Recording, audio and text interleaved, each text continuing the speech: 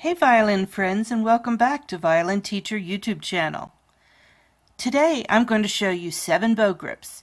Each has specific problems that limit the player's progress. I'll give you a chance to look at each bow grip and decide what might be wrong with it. Then I'll show you why each bow grip is a major fail and what must be done to fix the bow grip. This video is especially for self-taught players who don't have a teacher shaping their bow grips from week to week. When you first started playing the violin, you already had this dream of playing beautifully on the violin and enough drive to start and study and eventually find this video. But still, you may have problems in your playing that you don't even attribute to having a poor bow grip or bow arm function. If you can recognize some of the weaknesses in these 7 bow grips as something you need to work on, then great! And congratulations! These are some of the most common errors and each has a fix, so stay tuned. You may have held the violin and bow with as much insight as an infant when you first started, but now you are at a point where you know what you don't know. And you're ready to unravel the mystery of beautiful violin posture and violin tone on a deep level. To keep it consistent, all bow grips depicted in this video are my own hand. Stick around for all the bad bow grips, because at the end of this video, I'll show you a perfect bow grip and I'll point out the features I look for in a good bow grip that will allow you to reach your full playing potential. Now before I get started, there's one disclaimer I'd like to make, and it may have already entered your mind too.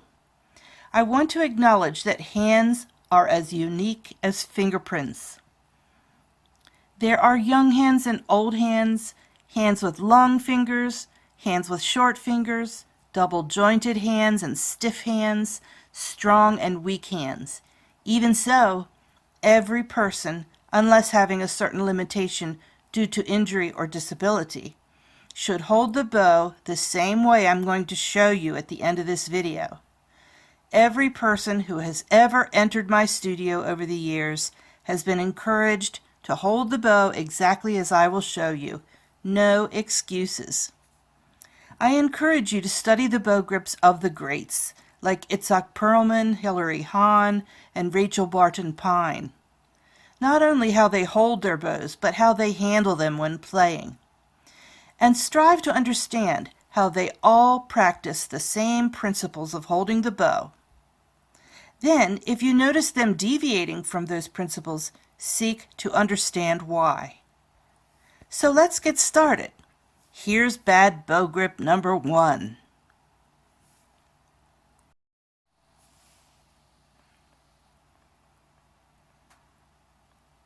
So what do you think? I'll give you a hint. We'll start out easy. This bow grip has one major flaw. Can you tell what it is?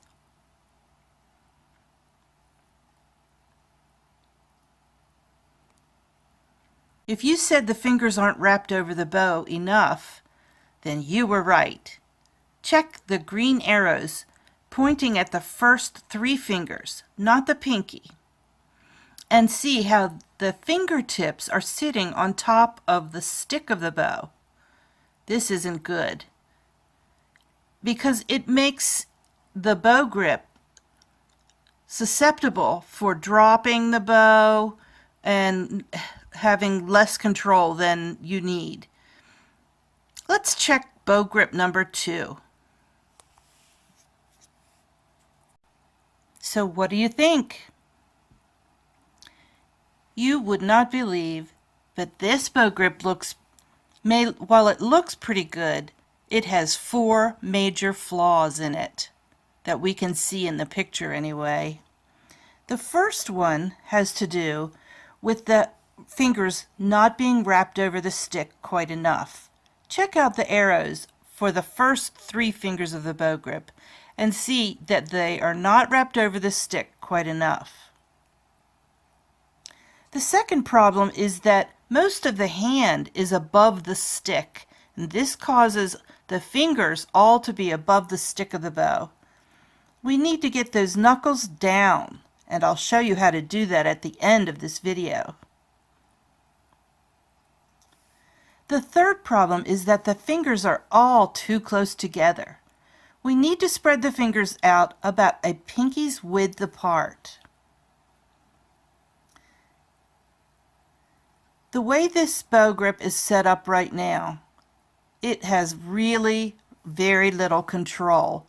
And if you started doing fast bow exchanges or ricochet bowing or something that required good control, it's very susceptible to just fly right out of your hand.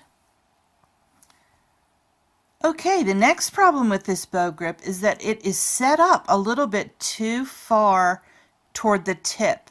So check out this green arrow pointing at the pinky. The pinky really is a good distance from the third finger or ring finger. But if you check out the next picture, the green shading is showing you where the pinky should be dropping against it a little bit. So as we move along, I'll explain more this process. But in general, bad bow grip number 2 is not in control. It's not wrapped over enough, the fingers are too close together, and it's too far up the stick. Alright friends, it looks like this bow grip has been listening to number 2's criticisms. And we got the fingers over the stick and the fingers separated just a little bit too. Looks pretty good. What do you think? Nope. Still, we have some problems here. First of all, these knuckles are still up, and that's a result of weakness in the thumb. We're not doing our job at all with this bow grip. The thumb needs to be strengthened and put more to use. Look at this pinky sitting behind the frog, so that now the fingers are set too far down, and we really need to get them all in line. Here's a picture showing the green area depicts where your bow grip should be. The red area shows you that you shouldn't be going outside the line of the frog with your fingers. So scoot back up there, bow grip number 3. Let's check out bad bow grip number 4. Now we're going to keep it simple with this one, guys, because it looks pretty good, except for one major flaw that's causing all the problems, and that is this straight thumb. Oh my goodness. So when we keep the thumb straight like this, we are locking that thumb joint into position, just like if you kept your knees open all the time, you would have to walk stiff-legged. The thumb should be open and square so that that first knuckle is open and maybe even touching the hair a little bit. On the right side of the picture, the bottom arrow points to that lower joint in the thumb, and you see how it's kind of sticking out. That is where the stiffness begins. Every joint in the arm after that is going to be stiff, and it's going to be really hard to relax this bow grip. So get the thumb so that it's acting as a shock absorber, and everything is under the stick of the bow. Let's check out bad bow grip number 5, one of my favorites.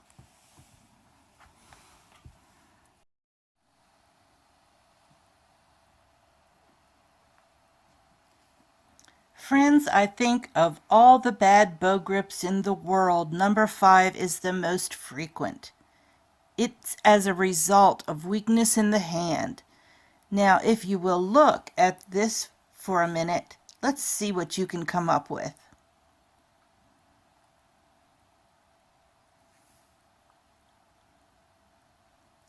The first thing I want to say about this bow grip is a lot can be done by noticing that the first finger, the index finger, is wrapped around the stick too far. That knuckle should back up and the stick should touch the index finger between that knuckle and the knuckle closer to the end at the fingertip. So back that up, you'll see a profound improvement in the bow grip. The knuckles are up, the pinky is straight, and it's just really not doing you much good here. Your whole arm is going to be stiff because of this bow grip. You see here that the pinky is totally straight.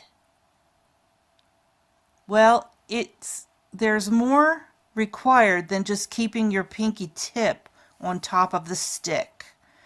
You have to keep it rounded, and you have to get those fingers leaning back toward the frog a little bit more. So pull that first finger back and let the pinky have some room to be rounded. As well, the ring finger is kind of stiff now and unmovable because of the position of the first finger. So those fingers, you may as well just drop them. They're useless and they're not going to do you much good in that position. Finally, this slide shows that if you will move the whole wrist back, you'll find that these fingers can round off, and the green arrows indicate that these fingers need to roll back on the stick and allow the back of the hand to do its work. The back of the hand is naturally weak on both hands, and you probably already know this, but that's no excuse. We must strengthen the back of the hand by requiring it to do its job, and by doing so it will become easier and easier to hold your bow correctly. Let's look at bad bow grip number 6.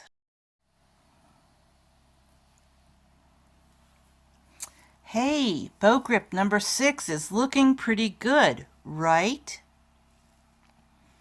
Well, it looks like it's in a good place on the stick.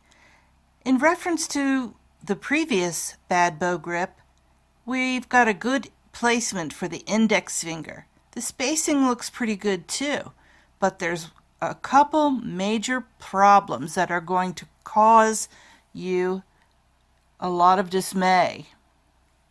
Number one is that the pinky, the weak back part of the hand, it's still not doing its job. So not only is the pinky straight, that knuckle is weak, and so even though the front of the hand looks pretty good, the back of the hand isn't placed correctly. Furthermore, because of that, the pinky tip is lying over the stick. It's not sitting on the back end or the top of the stick as it should be. The placement of the fingers is looking pretty good in the front of the hand. And finally, those knuckles. Still the knuckles are too far up, and we're carrying the bow instead of kind of hanging on the bow like on the monkey bars. And I'll show you that at the end of the video. All right, time for our final bad bow grip number 7. Hey friends, what do you think of bad bow grip number 7? Boy, Miss Diane is really mean. This isn't a bad bow grip, right? Let's check it out. The first finger is touching the stick in the appropriate place between the two knuckles. It's rounded and not over the stick too much. The second finger is in a good place opposite the thumb. not too far over the stick, not too far back on the stick. The ring finger is in a good place on the stick, just like the other fingers. And the hand is rolled back toward the frog pretty good. Well, what's wrong with this bow grip then? Pinky sitting on top of the stick, very good, looks nice. Pinky is rounded. So can you guess the problems? We've got some serious issues here, friends. Knuckles are up. Get those mountain peaks down. It's the last step. Once you get your fingers placed in the right place, get that thumb in a nice open position, and get under the stick with those knuckles. There are some collapsing knuckles because the fingers are set too far away from the stick. So drop all that down and you're going to be in business. Okay, now it's time to look at the perfect bow grip and the features that I would like you to pay attention to when you're setting your perfect bow grip. Now that we're looking at a perfect bow grip, I want to tell you what I look for when a student comes into my studio, and I'm always watching and shaping the bow grip for these specific things. Take a look and soak it all in, then look at the first thing I look for. The pinky on top of the stick. Now actually, if your bow has a beveled edge, it should have about 5 kind of edges. They're like the top edge, and there's a side edge on both sides, front and back. If you could kind of think of putting your pinky on the, not the top, but on the back edge, the one closest towards you. That's what I look for and require of my students. The next thing is that the pinky is rounded. Okay, so you'll see a nice rounded pinky sitting kind of close to the ring finger. The next thing is that we have 2 middle fingers, which I call the hugger fingers, that are well wrapped around the stick. These control the bow and keep the bow securely in the hand. The ring finger is covering up the eye of the frog, and the middle finger is opposite placement of the thumb. Notice that the 2 middle fingers, which I'm going to call the hugger fingers, the fingertips do not drop down lower than the line of the frog, so watch for that. If you look at the 2 middle fingers, they hug the bow, like circle around the bow pretty well, but they don't exceed the location of the frog. So look where the arrows are pointing here. The fingertips do not go down lower. So you want to wrap around the stick of the bow, but not so much that your fingers are hanging off. The next thing is that the index finger does not wrap around the stick as far as the 2 middle fingers. Now this is like the biggest error that I see the most frequently. And so watch for that. Back that finger up so that it's laying just behind the first knuckle of the index finger. Watch for that detail. Now if you would just practice with your bow and wrap the finger around, you'll see that it has a profound effect, even though that's just a small distance. If you would wrap the first finger around the stick to the second knuckle, you will find, and just watch what that happens with the elbow. Watch what happens with the elbow when you do that. It raises up probably almost a foot. So the object is to keep that elbow, the bow elbow, below the stick of the bow. and to carry, not to carry the bow in your hand, but to let it balance on the thumb. And there should be a response between the balance between the thumb and the pinky. The pinky pushes down on the stick, the thumb pushes up. Right, let's see what else. All right, now this picture is showing you that you can see the rounded thumb. It's almost like a square thumb.